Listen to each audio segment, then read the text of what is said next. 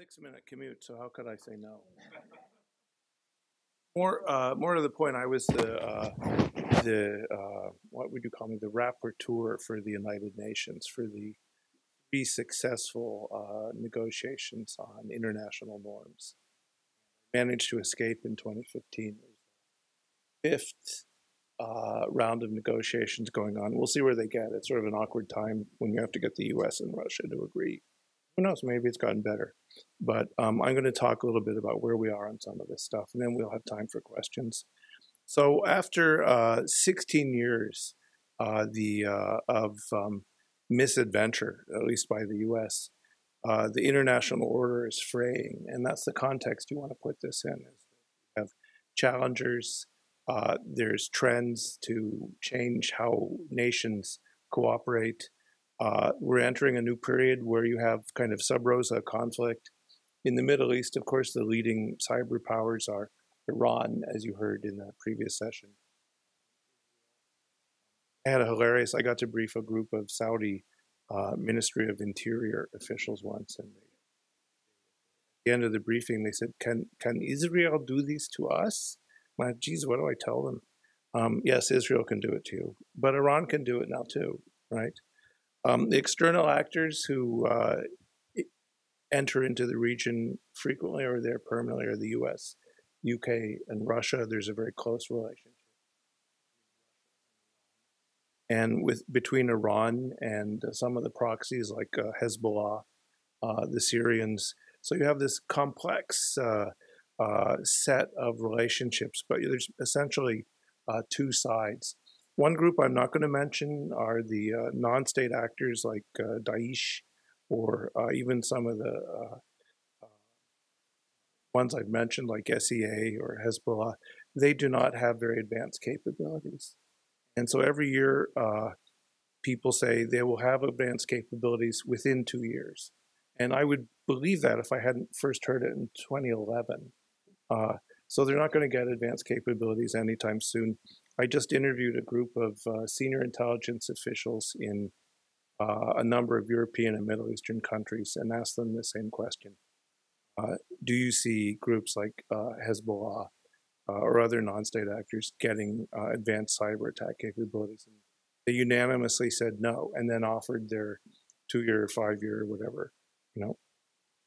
So cyber techniques are a really good tool for coercion and attack. It's a new kind of, you can think of it as a new kind of weapon, but there's a powerful informational aspect, right? And this new tool for coercion is not very well captured by existing law, international law and agreement. In some ways, an untrammeled space.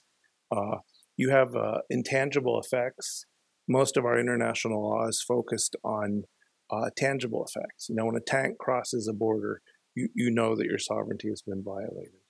When a building is blown up, you know that something bad has happened.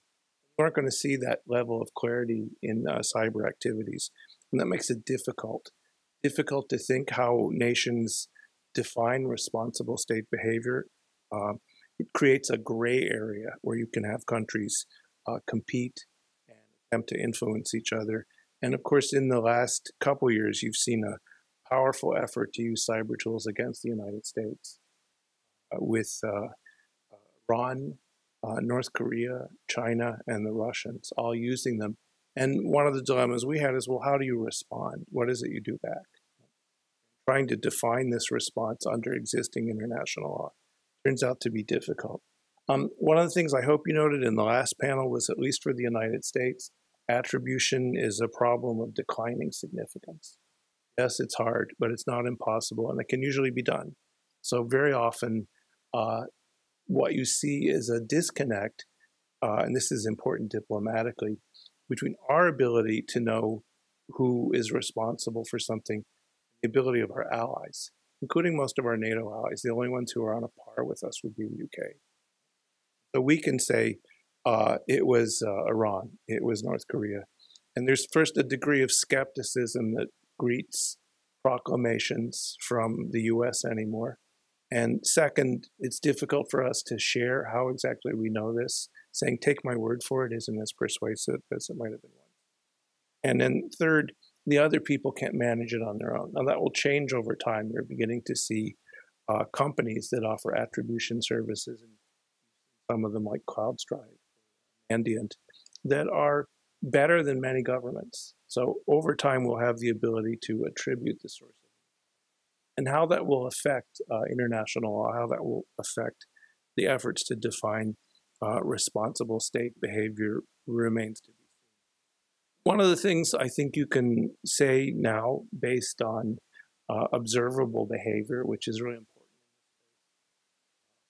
that countries use cyber techniques in a way that's consistent with larger strategic goals, their larger national strategies, and their practices. So when you look at Iranian behavior, their use of cyber, when you look at other countries, this is not like it's opened a whole new chapter in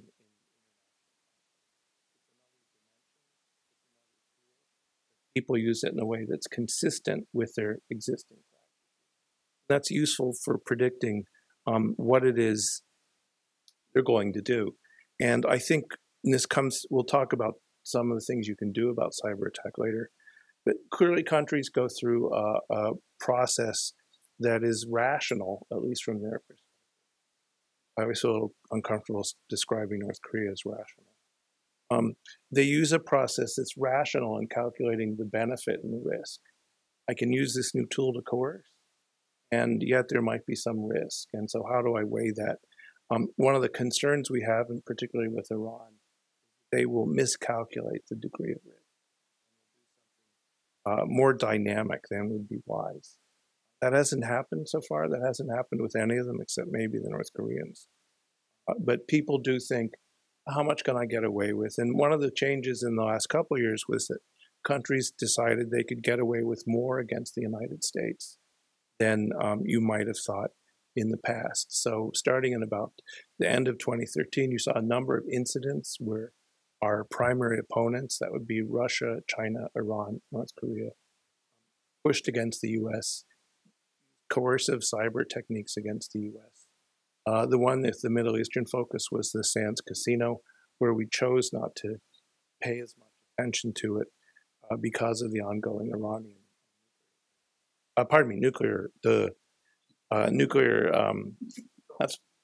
nuclear talks, right? That would have been bad. It sounds like attacks, right? It's close. And so you saw an effort by the administration to push back, to redraw the lines of what was acceptable behavior.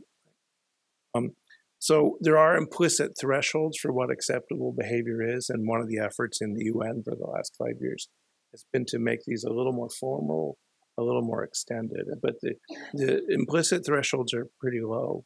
They are that you should probably not cause physical damage, or that you should not cause casualties or death. And that's a threshold that everyone has more or less obeyed. You don't want to cross those lines, or you could trigger the retaliation that you're worrying about. But that leaves a lot of space to do bad things. And so what we're seeing now is people experimenting with different techniques about how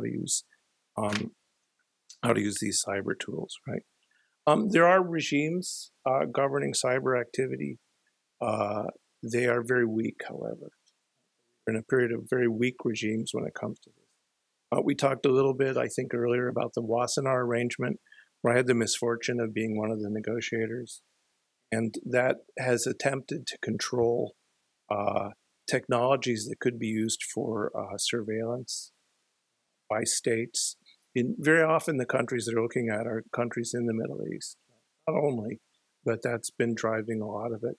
It turns out to be very difficult, though, to define these technologies in a way that you can use. There's been a reluctance to move to end user controls. Bad end user don't. Instead, there's been an effort to define technologies that you would want out of the hands of states that routinely violate them. It turns out this is next to impossible to do without also catching legitimate research tools. I don't know where that will come, but right now, while there's a strong desire on the part of nations to control technologies that could be used to violate, there's no good way to get to that. The more important regime, but also very weak, is in the UN, based on of the group of government experts.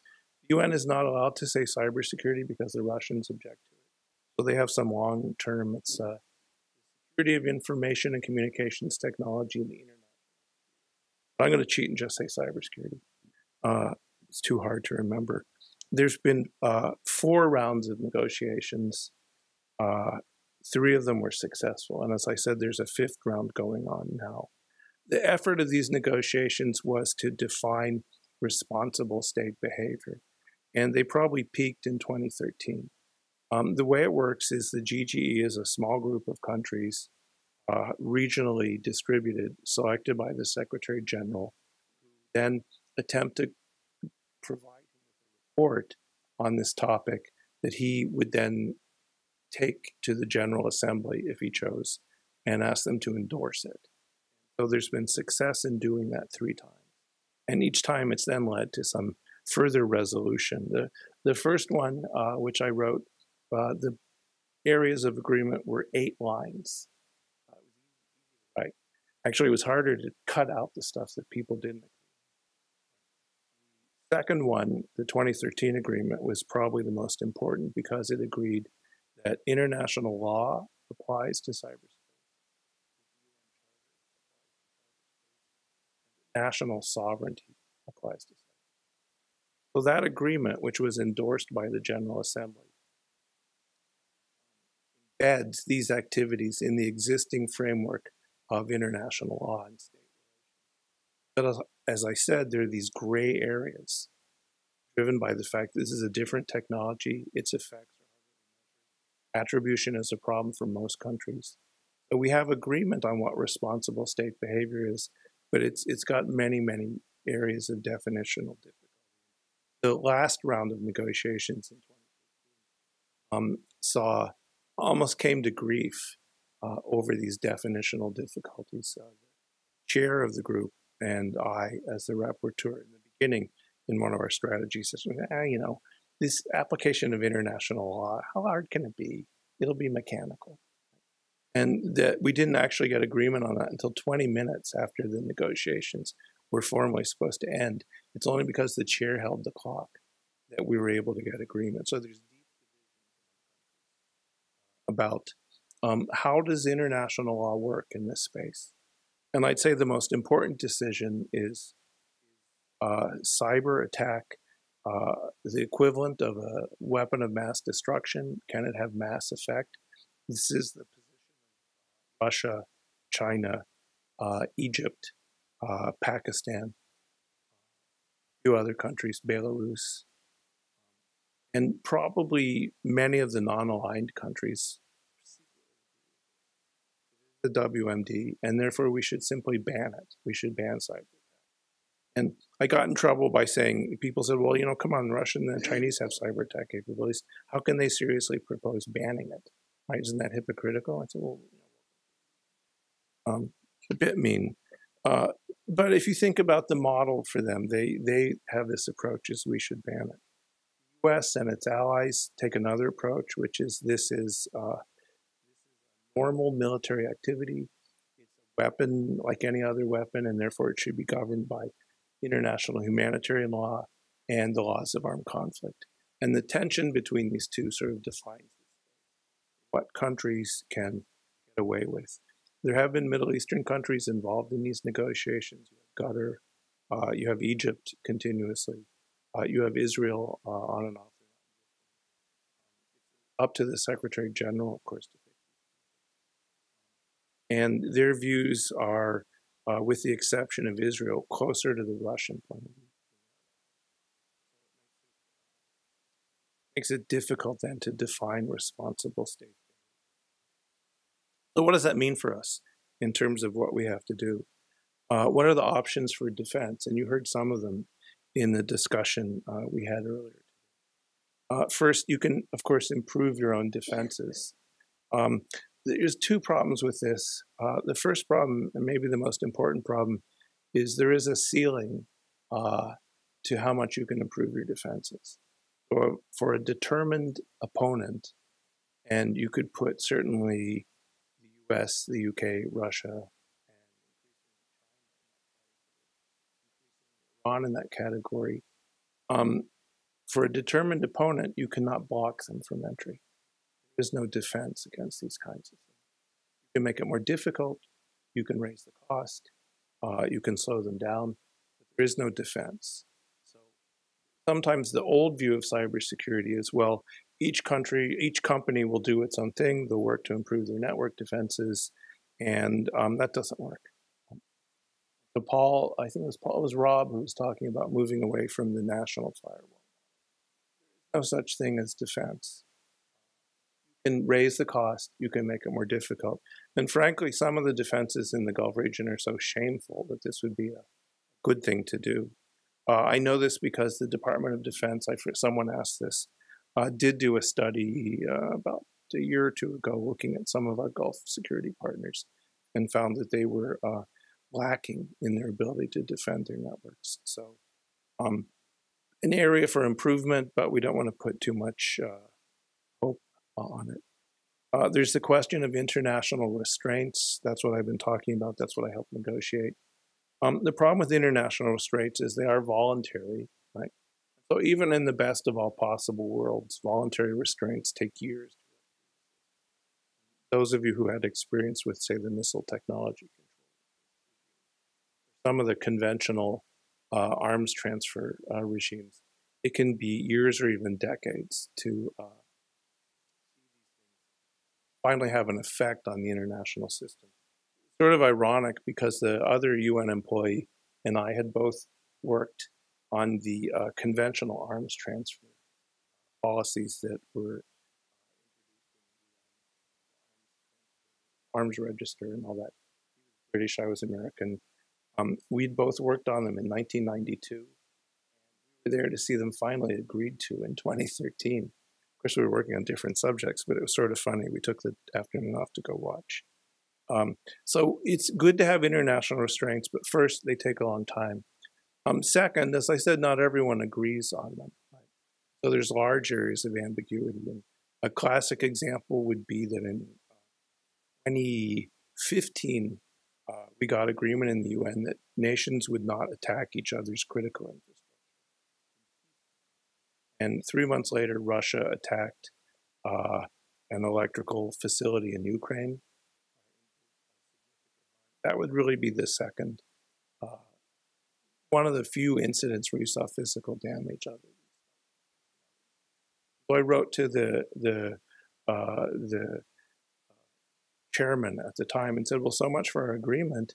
And he wrote back to say, it's possible that the Russians don't believe we're in peacetime. So the areas of ambiguity are quite large. I wouldn't count on these weak voluntary regimes to improve. One issue that hasn't come up might be called active defense. So active defense has a term in the United States that involves companies putting on black eye patches and saying yo ho ho, going off and you have discussions about should they be allowed to be private back. That's pretty nonsensical. And what I usually ask companies is one, if you do that, you of course are violating international law. And so if the Chinese show up and ask with a warrant for your arrest, what would you have us do? Because we've been pushing them, of course, to service our warrants. The second problem is you have a liability risk. You don't know what the consequences of your attack might be. You're taking. But third, and perhaps most important, one thing we've learned is that no company, or for that matter, no small agency, can stand up against the People's Liberation Army or the FSB. If you want to enter into a fight with them, that's fine. Just don't expect to win it. Right? So that's a dilemma. But in this sense, active defense means looking for things you could do on your own network as a nation to make it harder for an opponent. You could change the cost.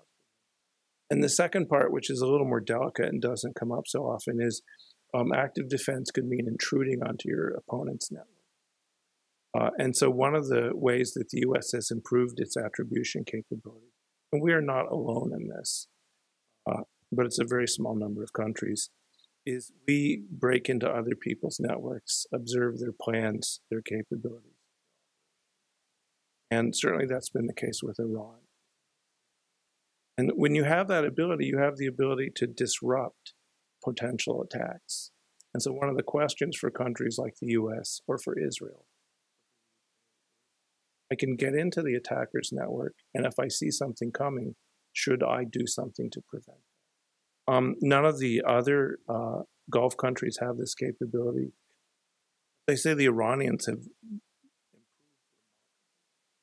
the last 3 or 4 years, but they're not yet at this point. But one thing you could do is the US could intervene against potential attackers, and in the Gulf to disrupt operations. A final possibility is deterrence. I usually make fun of deterrence, and I'll continue to do so, largely because deterrence requires credible threats. Right? You could fix it over time, so let's walk through deterrence in a way. One of the things we saw in the last couple of years was a failure of deterrence because our opponents felt emboldened to exploit the area to coerce American targets, take action against American targets. They were not deterred. So when you look at China, when you look at North Korea, they assessed the risk of retaliation and decided that they could extend what they were doing. And a lot of the noise you saw around Sony was an effort by the US, a successful effort, I think, to rebuild the idea that there are thresholds you should not cross. At least when it comes to the United States. We have not been as successful with some of our allies in extending this deterrence to them. Extended deterrence is another one we could have a fun discussion. It worked so well in the past, it doesn't work now. The lesson, however, and this is the perhaps the story of the Iranians hacking into a dam, is that first, deterrence depends on credible threats. So at one point we had an early draft of a defense, actually it was a final draft of a defense, said that the threat of cyber attack was so significant, the US should threaten to use nuclear weapons. I got in trouble, I think some people got in trouble because I went to a dinner with the members of the Defense Science Board and I asked them how many ATMs Iran had to hack to justify a nuclear response. And the answer is it's not a credible threat, right? So how do you find credible threats, right? And what we have learned in part from the OPM incident is that a credible threat may not involve military force. It may involve indictments, sanctions, international condemnation. Develop a new way if we're going to deter opponents. It doesn't rely particularly on military force. And we haven't done that. So where are we in the region, right? And the U.S. has, as I think you heard in the earlier panel, been extending cybersecurity cooperation effort to improve their defenses against Iran, right? This is part of a larger trend where if you look at NATO or the Japan alliance, the alliance with Australia, we've gone through and added cybersecurity each of the existing commitments. What would trigger Article 5? What qualifies as a cyber attack, joint exercises? We're not as far along in the Gulf, in part because our defense relationships aren't as formal. But there has been an effort to work with partners, security partners, to improve. The goal is to help them defend against Iran. There is some capacity building, either through encouraging U.S. contractors to work with countries in the region, and in some with providing a direct kind of support. But if we were going to look at this, we could say, in general, that these efforts have not been adequate. So we don't want to go through a country-by-country list. I don't think it would surprise you if I said that the UAE was probably the country with advanced defensive capability, and the others fall rapidly below that. So we have identified better cybersecurity as a security goal for the Gulf, for our Gulf partners. We have begun to work on it. In all cases, they are better than they were, but in only one case are they perhaps as good as they need to be. More importantly, regional cooperation still remains inadequate. Now, this is not unique to the Gulf. There's been good work in the OAS, there's been good work in NATO, and there hasn't been good work anywhere else on developing partnership among and cooperative mechanisms among allies and partners on cybersecurity. So in that sense, the Gulf, you would probably put them a little bit ahead of some other places. One of the problems in the UN is you have to have a paragraph that acknowledges everyone. You have to put in the African Union. It's like, well, they haven't done anything. It's like, no, you have to put them in. So, all right. And in that case, some of the Gulf efforts are a little further ahead, but again, not enough. So what we're seeing is, if you were to look, say, since Aramco, a little before Aramco, the Aramco incident, you can see there's a much greater awareness. There's much more discussion, but that the measures taken for defense, either cooperatively with the U.S., other, or on a national basis, are not yet adequate. So if you were to think about what can I do to improve cybersecurity, you probably want to focus on two words, which happen to begin with the letter C, which makes it easy. The first is cooperation, of course. The ability to cooperate on an international basis among partner countries is essential for better cybersecurity. They're all transborder incidents. The odds of the most sophisticated attackers being foolish enough to reside on your territory are close to zero. So you're always going to have some transnational aspect. And very often they are regional in the sense that an attack may focus on the UAE or Saudi Arabia, but it will hit other countries in the region as well. Intermediate points. So you need regional cooperation. You need cooperation perhaps a bit more formal, although it's a very difficult issue.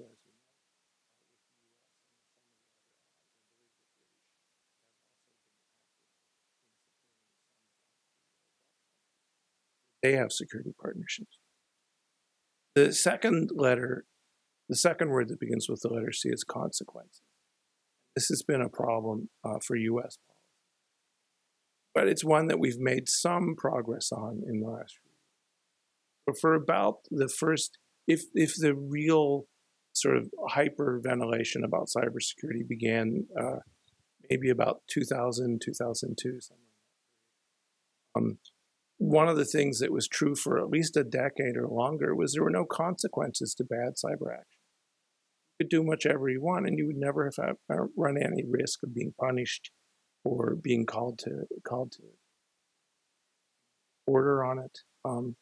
And so the ability to associate consequences with malicious cyber action is important, and that might include not military consequences, because you do have a difficulty in finding a proportional response.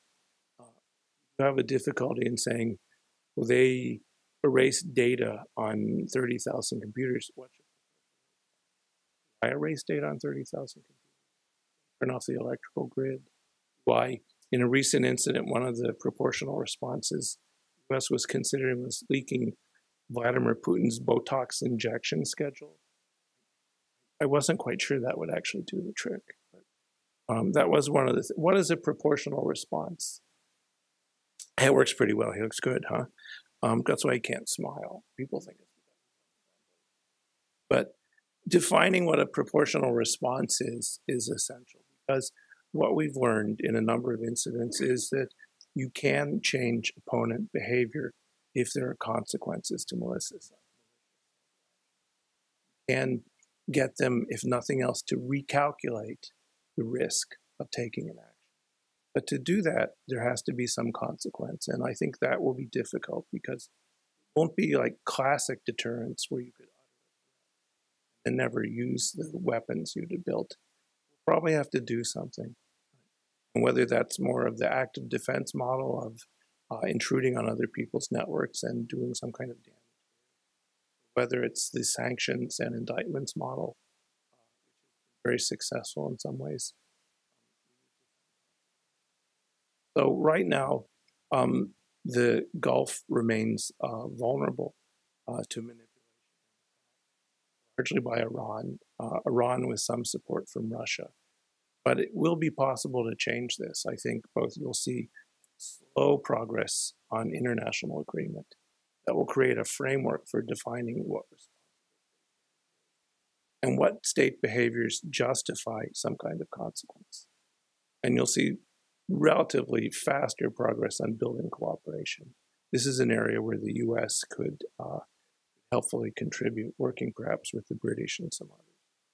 So overall, I've been tracking the Gulf. The Gulf is a flashpoint. You know, to the extent there are flashpoints in cyberspace, they exist because they're linked to territorial conflict. So the flashpoints are in North Asia, Europe around Russian activity, and they're in the Gulf because of Iran. The flashpoint, but it's one where we can do more to manage it, to make it a little more stable, and to make it a little less intensive for both the U.S. and our partners. Why don't I stop there and see if there are any questions?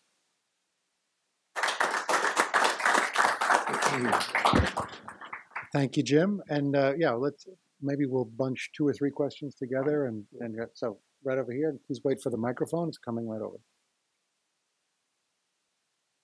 I was wondering if you could talk a little bit or have an opinion about U.S. export policy around this arena. There doesn't seem to be a really clearly defined, explicit export policy, and we in industry, have to try to interpret that and walk a line. And sometimes it's kind of difficult to know exactly where that line is.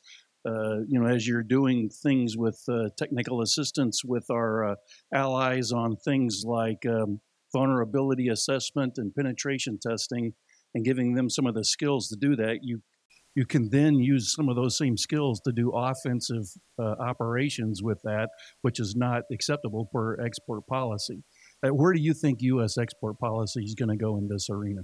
The problem. Let me do that real quick. The problem with this is it is a dual-use technology, right? So it can be used for purposes both peaceful and military. My favorite example is there's something called System Administrator's Tool for Analyzing Networks. Right? The acronym is Satan, right? So I think it's the difficulty of wrestling with defining the technology. And I think there's a split in the government between those who would prefer tighter controls based on human rights, right? So we control a number of technologies for human rights purposes, and they would like to add at the same time, that would get in the way of us being able to cooperate with our partners. And so this is an unresolved dispute. Maybe this administration will be it's only been, we're on government time, I guess this isn't slow. It's only been 4 or 5 years that this has been on the radar. But unless you're willing to say everything should be able to go, and the U.S. government is not there, you have to define some set of restrictions, and that's turned out to be really hard. Right now, if you're not captured by the munitions controls, you probably should be able to make a case.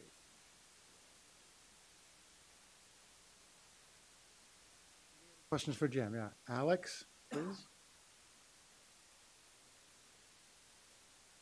Thank you.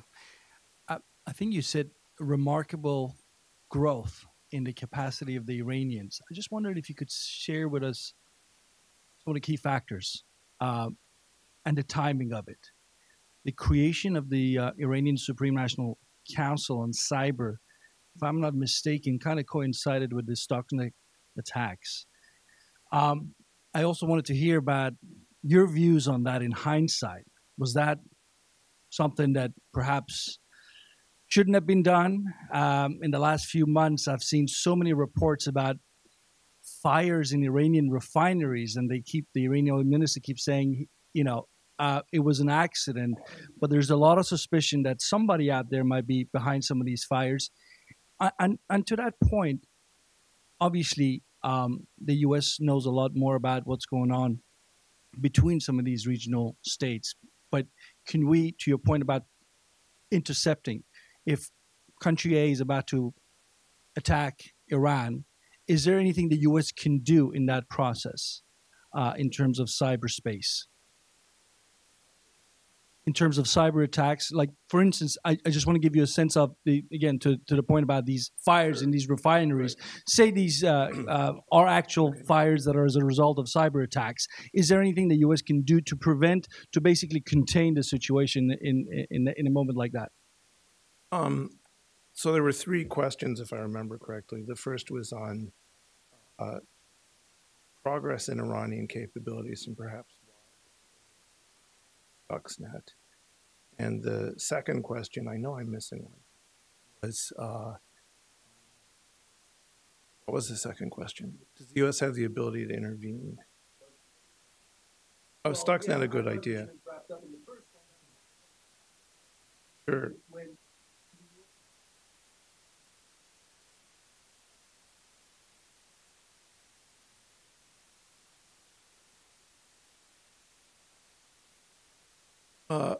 Sure. So let's start with the first one. I think the greater incentive for Iran was not so much Stuxnet, but the Green Revolution. And it was the domestic political turmoil, which the Iranians believe was both fomented by the West and accelerated by the use of internet technologies. That is, I think, the real starting point. Because as with China, as with Russia, as with North Korea, the principal objective of defense is to defend the regime.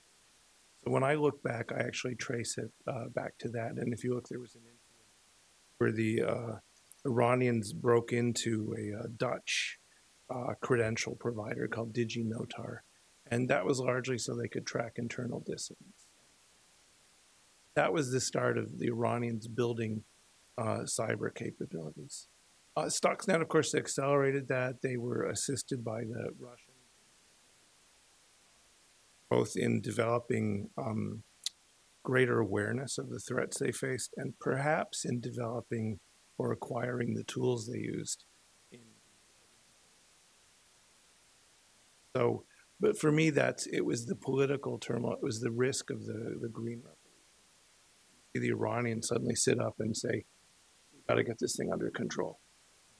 And when they built the mechanisms for control, they did quite a good job. They assigned responsibility, they developed proxy forces, they have laboratories. So you have to give them credit for moving rapidly from being third tier to top of second tier. On Stuxnet, I personally thought it was a good idea, right? I think there's a long, and I believe I wrote a piece for a journal explaining this, that the U.S. has a long history of using covert action to advance both its own goals and the goals of international. This was simply another one. People don't like it. One of the questions would be, well, if Stuxnet was the use of force, Iran could have gone to the Security Council and complained. But of course, they didn't because they had so many Security Council resolutions against them.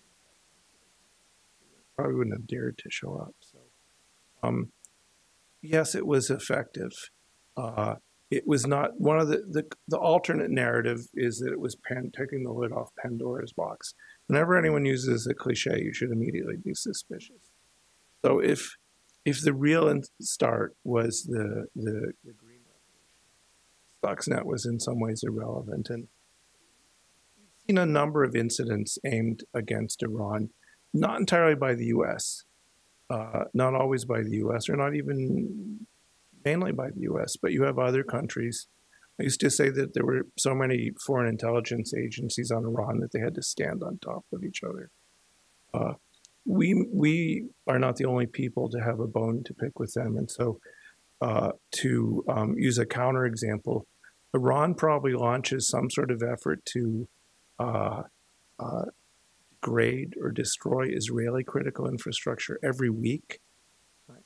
So the Iranians are engaged actively. That they're not successful doesn't mean that there's any less of an effort by them. And so they have used it against the U.S. The funny story on the dam was the dam they got in upstate New York has the same name as a very large hydroelectric facility in the Pacific Northwest. So I think when the U.S. first saw this, the Iranians are hacking name of dam, they freaked out, right? And this is from friends of mine who work in the White House and other places, because this was a huge attack on a huge piece of critical infrastructure. And I think the Iran, it's hard to do this stuff. So the dam they actually attacked is about as big as satellite photos because it's covered by trees, at least in the summer. But the point is the fact that you're trying to find a significant piece of critical infrastructure that you could penetrate and potentially attack.